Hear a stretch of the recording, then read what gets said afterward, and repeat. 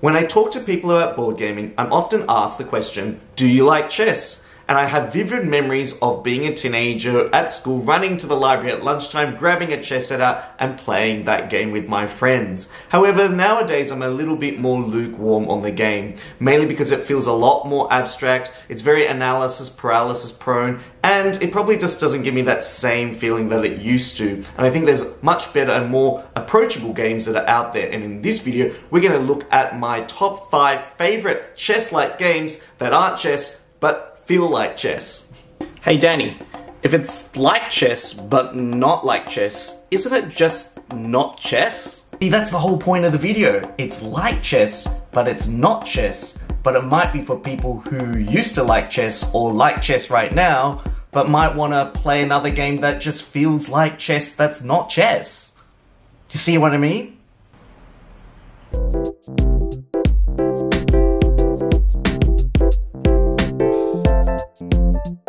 Mindbug is a card-driven game where players are going to build a deck of 10 cards and then they're going to cast creatures out and attack their opponent to try and deal up to 3 damage in order to win the game. What I really like about Mindbug is the fact that every creature that's played, your opponent has the potential to steal that creature from you and use it against you, using one of 2 Mindbug cards. I love the interplay of mechanics, which really pay homage to a lot of the mechanics in the card game Magic the Gathering, and the combination and synergy of those cards, not only within your own deck, but how they play out against the opponent's deck, is really cool and tense to actually see through. I really like the fact that each creature feels individual, they feel powerful in their own way, but when they synergize with other creatures that you have out on the field, it really creates that chess-like interaction. So just imagine chess with all the cool pieces, but on cards with all special abilities, and finding a way to negate your opponent's creatures and their defense lines and trying to get an attack through to them is something that you'll have to plan out and time and sequence correctly in order to get a lot out of this game. I think there's a brilliant amount of tension, because do you use a Mindbug card early in the game to nab a big creature that your opponent plays, or do you save them up for the end of the game where they might be most advantageous for swinging the game in your favor? And then on the converse side, you know, do you play your good creatures out early and hope that your opponent doesn't Mindbug them, or do you play them out later and knowing that your opponent could Mindbug them at any time and use them against you?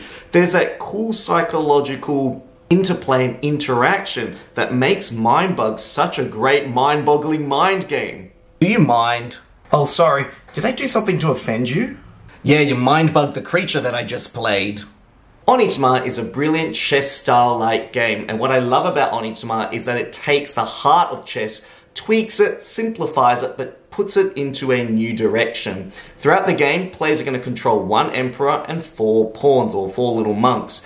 And there are 5 animal cards that are played each and every game. You're going to have 2 animal cards in your hand, and each animal card tells you the pattern of movement that you can move your pieces across the grid. The aim is to either kill the opponent's emperor or take the opponent's throne.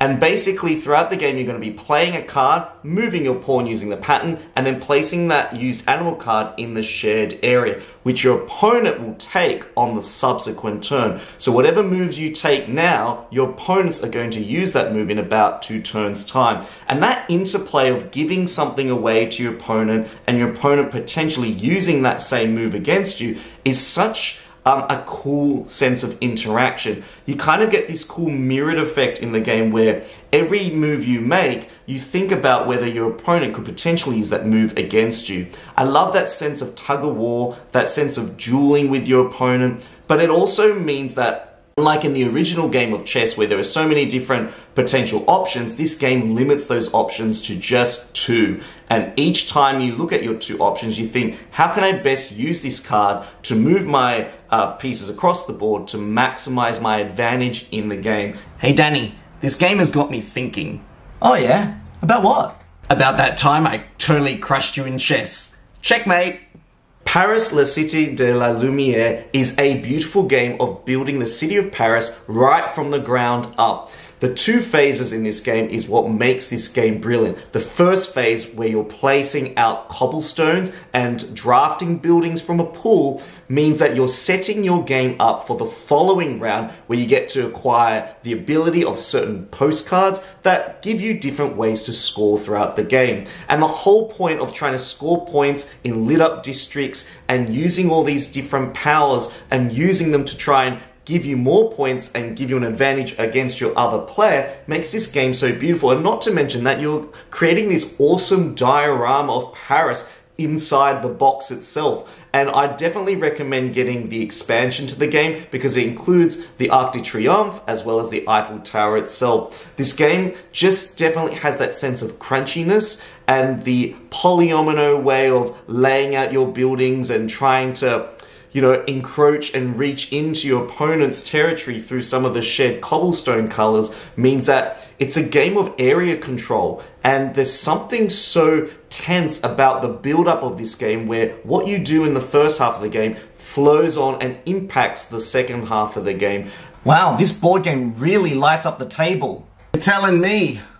Whilst board gaming is one of my favorite hobbies, I love planting plants. And when I can bring the two together into a small card box game, then that's a brilliant combination. Arboretum is probably one of the most cutthroat chess-style card games I've ever played. What I love about Arboretum is that you're building these grids of trees where you're trying to build pathways of the same species of tree from the lowest number to the highest number. And then at the end of the game, whichever cards you have in your hand, if you have the highest value card, you get to score that particular species of tree. However, if you have the 8 at the end and someone else has the 1 of the same species, that 1 cancels out your 8 and then you aren't able to score that. There's so many cool, interesting dynamics when it comes to building your Arboretum. The idea that you're building paths, ascending number patterns, and also trying to make and score and optimize the best way possible without letting your opponent gain the ability to score that particular species you've been working towards. Every card that you use in this game feels agonizing, and that is what I like about the game. The fact that every choice is weighted, everything has impact, and everything that you do emanates throughout the game itself. Now, before we get to my final game, if you really like what you've seen so far in this video, don't forget to like this video and subscribe. Hive is probably one of my most favorite chess-style abstract games that I own in my entire collection. I absolutely love how in this game the pieces are actually the board. The hive that you create as you place your insect pieces out onto the field makes this game feel unique, and the shape of the game is different every single time. I like the different abilities that the bugs have. You've got like the stag beetle that can kind of jump on top of other bugs and neutralize and stop them from moving. You've got the mosquito that can copy other insects' abilities. You've got ants that can kind of move anywhere around the exterior of the hive and change the shape. And the idea that you have to keep the hive together means that the game feels incredibly puzzly. It does have that chess-like effect in terms of each particular piece having its own unique way of moving about the hive, and it also has that tense moment of trying to be able to surround your queen, just like kind of having a checkmate in the original game chess. Adding the mosquito and the pillbug expansion are essential additions to this game. The pillbug expansion just gives you that extra flexibility that kind of extends the game length a little bit more and invites for some more interesting strategies and spatial thinking opportunities. This is a game that just really gives me the warm fuzzies. I absolutely love Hive, and it's probably one of the best gateway games I've ever purchased. Hey Danny, but what if I still want to play chess with you one day? Will you still play with me? Will we still be friends? Of course, dude, we're best friends. I'd play a game of chess with you and 10 other games to compensate for the game of chess that we played. So what are some of your favorite chess style games that you've got in your board game collection? Please let me know in the comment section below.